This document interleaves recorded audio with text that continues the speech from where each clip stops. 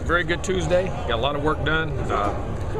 Really liked how we practiced as far as tempo, attitude. I say this team brings a lot of challenges, different looks it does on defense, different things it does on offense. We have to be mentally very sharp and be very physical. It's a very physical, very athletic, good group. And I like the focus we had in practice, especially the last 2 days, and the attention to detail. Questions? Carlos getting a little bit more time on kick returns. You looking to maybe put him back there more? He's getting healthy again. You know what I'm saying? And a big body, that ankle is getting really about full healthy. So, where he can really hit those things. So, he's a great kick return. Not that, and Bobo's getting so much work on offense. And you're splitting time with those backs, just getting more reps and more touches for him in that regard. It's a bigger body. Is it unusual for a team to run one back as heavily as they run their guy? They did it last year. That guy last year ran for about, 2,500. It just depends. What you got. If you got a guy that you feel very comfortable with. But to say that, yes, because usually you keep a little more of a rotation. But they've been very effective with it, very good with it. Do they have to do anything scheme-wise to reduce some of the pounding on him? Or I'm sorry? Do they have to do anything scheme-wise to reduce the pounding? Or It's hard. It's hard to do that when you hand it to him. But their quarterback, that takes all the pressure. That's the guy. Who can really run it too. So they keep a good balance. Last year they ran a few kind of trick plays and misdirection, things like that. Do you have to prepare for that? Oh, there's no doubt now. They do a great job. The throwbacks, the overs, the wheels, all that type of stuff. And often get you in hard run action and very multiple formational groups. Four-man side, five-man side, six-man side, really make you adjust. Is there anything you do to prepare for that? Oh, yeah. Study film and have your calls and make your adjustment. That's why I say it's going to be, not only physically, but mentally, you have to be ready to play. Experience of last year help you in that regard because they pulled it all out. Exactly right. And we had a week off this week, so there'll be some things, again, probably we haven't seen, so we got to get ready. Is that much of a change from the rest of the season? Because everybody's kind of been throwing the whole book at you guys anyway. Well, it is, but they're still a little different than a lot of the folks who play. They're still what they do. So it's still, there's a lot of ways to play ball. There's a lot of stuff out there. How's Terrence Smith doing? It looked like he was limping a little bit coming up. He's fine. Yeah, he's fine. He practices every day. Yeah, all of them are limping about this time of year. Is Matthew Thomas getting healthier? Oh yeah, he is. He's healthy, ready to play, and like I say, we'll see a lot of him. Moving forward, you'd like to get him a little more. Oh yeah, exactly right. Exactly right. Jimbo, how much better do you think this offensive line can be, with this shuffle? Well, we'll see. We've had one game. We played pretty well. Hopefully, it'll carry over into this week, and we'll continue to grow. And that's our problem. That's the thing about football, and especially when this time of year, that it's not that you got to get better. You got to improve. You got to, that's what we're looking for. Hopefully, we'll continue this weekend. Did you decide to give him kind of a lighter day yesterday?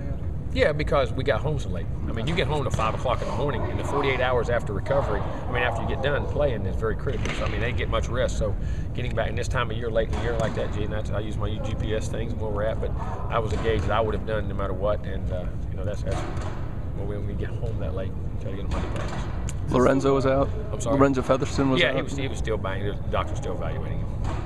Still a learning process with the GPS stuff, or do you have a pretty good handle on you always learn from that stuff. I've got an idea what I want out of it, but you still continue to find ways to use it and utilize it. You guys asked Jalen to do a little bit of everything at the nickel position. Was the nickel position always like that, to where you jack of all trades, or has it changed over the years? That's the way Joyner was. That has been. Those nickel guys are very unique players. They're different, they're smart, they're intelligent. It's just a whole different position. Have you ever seen a better freshman running back than Dalvin Cook? I've been around some pretty good ones now, but Dalvin's doing well. We'll just see if he can continue to do well. Hope he does. Now, I expect him to. He's practiced well.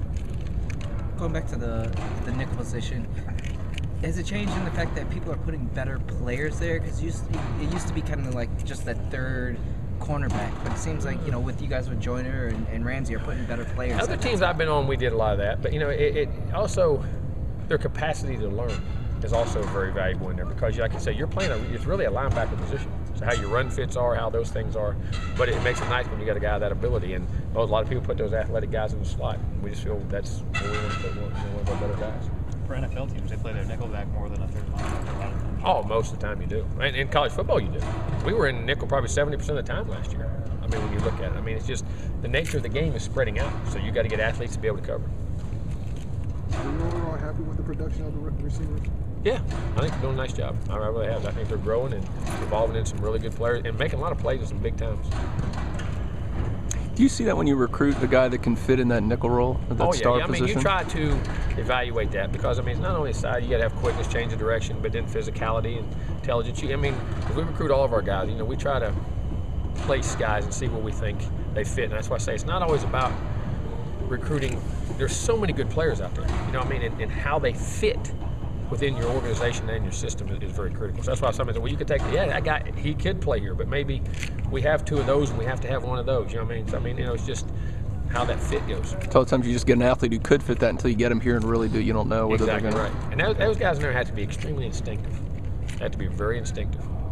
How do you get to evaluate some of these high school guys mentally? Is that relying on the coach? Because you guys can't talk to them all. Well, that's why camp comes into play. That's why it's so critical to get these guys to summer camp where you can coach them for a couple of days or then see how they learn, how they pick up, how they adjust, and then watch them film and then talking to everybody around them. I mean, it's never ending, and you gather as much as you can.